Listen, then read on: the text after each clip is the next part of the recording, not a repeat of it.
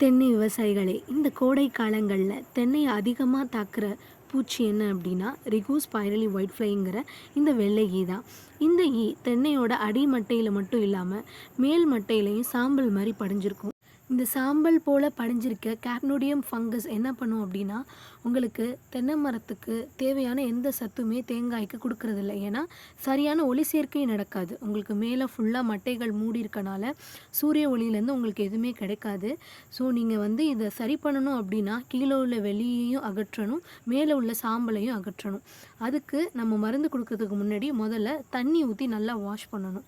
அதுக்கப்புறம் water wash பண்ணதுக்கப்புறம் நம்ம இந்த பவர் ஸ்ப்ரேயர் மூலமாக இதுக்கு தேவையான இயற்கை முறையில் லிக்விட் கொடுத்து நம்ம சரி பண்ணலாம்.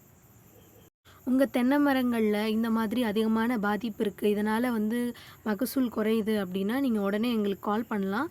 நாங்கள் லேபரோட உங்களுக்கு வாட்டர் வாஷ் பண்ணுவோம். இல்லை வெள்ளை இல்லை குறைஞ்சிருக்கு அப்படின்னா அடுத்து இந்த கோடை காலங்கள் ஒரு 3 மாதத்தில் இது அதிகமாக தாக்கும். இது வராமல் இருக்க நம்ம முன்னாடியே இந்த மாதிரி லிக்விட் ஸ்ப்ரே பண்ணி நம்ம கண்ட்ரோல் பண்ணலாம். நன்றி.